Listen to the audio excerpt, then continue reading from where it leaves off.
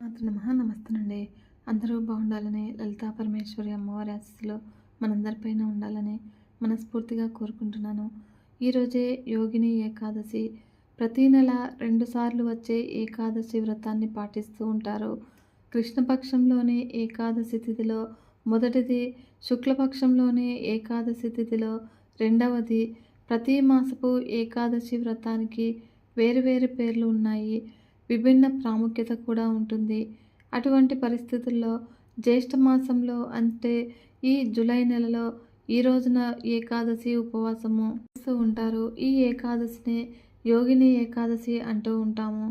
మన హిందూ మతం ప్రకారము త్రయోదశి తిథి లయకారకుడైనటువంటి పరమేశ్వరునికి అంకితం చేసినట్లే ప్రతి ఏకాదశి తిథి ఉపవాసం కూడా సృష్టి పోషకుడైనటువంటి శ్రీ మహావిష్ణుమూర్తికి అంకితం చేయబడింది. కాబట్టి ఈ ఏకాదశి రోజున ఉపవాసం చేసి శ్రీ మహావిష్ణువుని భక్తి శ్రద్ధలతో పూజించడం ద్వారా ఆ శ్రీహరి విశేష అనుగ్రహం లభిస్తుంది. ప్రతి నెల 2 సార్లు ఏకాదశి వ్రతం పాటిస్తారు. కృష్ణపక్షంలోని ఏకాదశి తిథిలో మొదటిది, శుక్లపక్షంలోని ఏకాదశి తిథిలో రెండవది జరుపుకుంటూ ఉంటాము. ఈ యోగిని ఏకాదశి నిర్జల ఏకాదశి తర్వాత దేవశయని ఏకాదశి అంటే తొలి ఏకాదశికి ముందు ఆచరిస్తూ ఉంటారు. తెలుగువారి క్యాలెండర్ ప్రకారము ఈ జ్యేష్ఠ మాసంలోని కృష్ణపక్షంలోని ఏకాదశి రోజున ఈ యోగిని ఏకాదశి ఉపవాసాన్ని పాటిస్తూ ఉంటారు. ఈ రోజున ఏకాదశి వ్రతాన్ని ఆచరించడం ద్వారా మనం తెలిసి తెలియక చేసే పాపాల నుంచి విముక్తి లభిస్తుందని మరియు జీవితంలో ఆనందము, శ్రేయస్సును కలిగిస్తుందని నమ్ముతూ ఉంటారు. ఈ యోగిని ఏకాదశి వ్రతాన్ని ఎవరైనా కూడా ఆచరించవచ్చును. ఎవరైనా వ్యాధి లేదా ఆరోగ్య సమస్యల నుంచి బయటపడాలి అనుకుంటే ఈ ఏకాదశి పూజ విశేష ఫలితాలను ఇస్తుంది. కుష్టు వ్యాధితో సహా ఏవైనా చర్మ సంబంధిత సమస్యలతో బాధపడుతూ ఉన్న వ్యక్తులు ఈ ఉపవాసం పాటించడం ద్వారా సత్ఫలితాలను లభిస్తాయని విశ్వాసము. అనేక ఇతర ఏకాదశి ఉపవాసాల మాదిరిగానే ఈ వ్రతం కూడా చాలా ప్రతిఫలదాయకంగా ఉంటుంది. ఏకాదశి వ్రతాన్ని ఆచరించడం వలన మనం గత జన్మ పాపాలను, చెడు పనుల వలన కలిగే దోషాలను తొలగించుకోవచ్చును. మంచి ఆరోగ్యాన్ని కూడా అందిస్తుంది. మాసంలోని శుక్లపక్షంలోని ఏకాదశి రోజున దేవశయని ఏకాదశి ఉపవాసాన్ని పాటిస్తారు. కాబట్టి ఈ దేవశయని ఏకాదశి రోజు నుంచి శ్రీ మహావిష్ణువు యోగ నిద్రలోకి వెళ్తాడని విశ్వాసము. అందుకే దీనిని దేవశయని ఏకాదశి అంటారు. శ్రీహరి దేవశయని ఏకాదశి రోజు నుంచి 4 నెలల పాటు నిద్రలో ఉంటారు. అనంతరము దేవోత్తని ఏకాదశి రోజున శ్రీ మహావిష్ణుమూర్తి మేల్కొంటాడు. ఈ దేవశయని ఏకాదశికి ముందుగా జరుపుకునే ఏకాదశినే యోగిని ఏకాదశి అంటారు. ఈ ఏకాదశి రోజున దైవనామ స్మరణతో, మనసు మీద ఉపవాసంతో, శరీరం మీద అదుపును సాధించి భగవంతునికి చేరువ కావడమే ఏకాదశి ఉపవాసాల వెనుక ఉన్న పరమార్థము. అందుకే ఏడాది పొడవునా కూడా ప్రతి ఏకాదశికి ఏదో ఒక విశిష్టతను కల్పించారు మన పెద్దలు.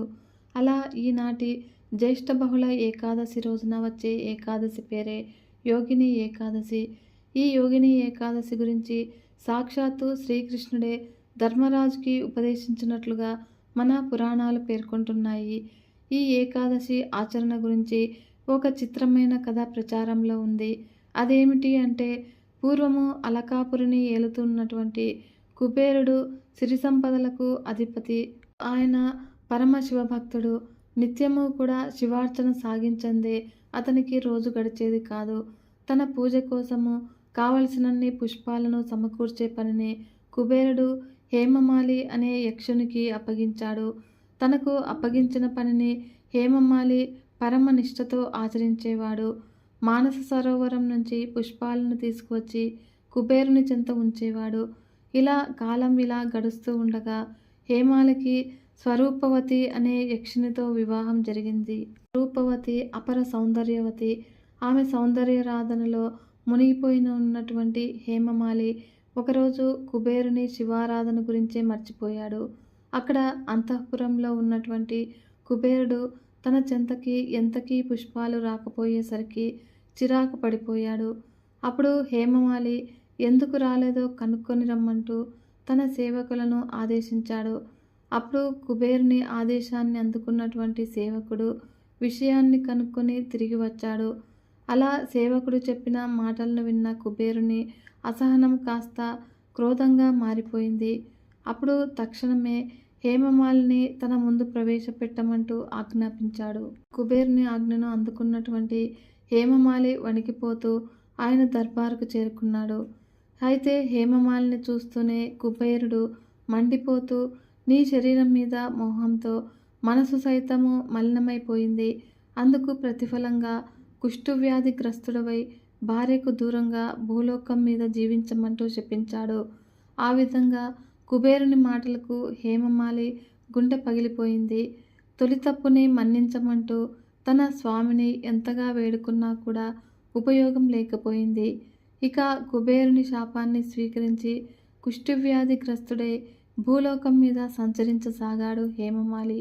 హేమమాలి అదృష్టమో లేక ఇన్నాళ్లుగా అతను శివారాధనలో పాల్గొన్న పుణ్యఫలమో గాని అతనికి మార్కండేయ మహర్షి ఆశ్రమం కనిపించింది. అప్పుడు ఆ ఋషిని చూడగానే హేమమాలి మనసులో ఏదో చిన్న ఆశ, ఆయనకు తనకు శాప విమోచనం కలిగించగలడేమో అన్న కోరిక.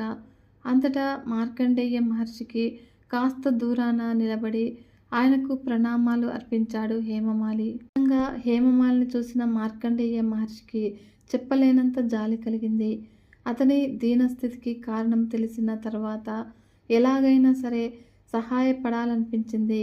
యోగిని ఏకాదశి రోజున ఉపవాసం ఉంటే నువ్వు శాప విమోచనాన్ని పొందుతావు అంటూ ఉపాయాన్ని సూచించాడు మార్కండేయుల వారు. విధంగా మార్కండేయుల వారు సూచించినటువంటి మేరకు జ్యేష్ఠ బహుళ ఏకాదశి నాడు వచ్చే యోగిని ఏకాదశి రోజున ఉపవాసం ఆచరించి మనసులో దైవాన్ని పదే పదే ప్రార్థించి హేమమాలి తన శాప విమోచనాన్ని సాధించాడు. తిరిగి అలకాపురిని చేరుకొని తన భార్యను కలుసుకున్నాడు. అలా కేవలం హేమమాలి మాత్రమే కాదు, ఎవరైతే ఈ యోగిని అమావాస్య రోజున యోగిని ఏకాదశి రోజున ఉపవాసాన్ని ఆచరించి శ్రీ మహావిష్ణుమూర్తిని ప్రార్థిస్తారో వారు గత పాపాల కర్మల నుంచి విమోచనం పొందుతారన్నది శ్రీకృష్ణుని ఉవాచ. హేమమాలి వృత్తాంతము కేవలము ఒక గాథ మాత్రమే కాదు, తన శరీరం మీద ఉన్నటువంటి వ్యామోహాన్ని విడనాడాలి అన్న హెచ్చరిక కూడా. ఆ మోహాన్ని జయించేందుకు ఏకాదశి ఒక సాధనం అని తెలియజేసే ప్రతీకనే ఈ కథ.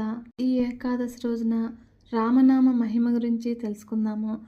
పూర్వము రామాలయంలో ఉన్నటువంటి ఒక పూజారికి ప్రతి ఉదయం కూడా ఓ గొల్లత భక్తి శ్రద్ధలతో పాలు తెచ్చి ఇస్తూ ఉండేది.